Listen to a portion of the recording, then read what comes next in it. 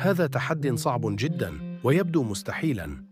أتحداكم أن تتمكنوا من وضع صورة رأس الدجاج في المكان المناسب. إذا فعلتم ذلك، فهذا يعني أنكم حقاً أذكياء.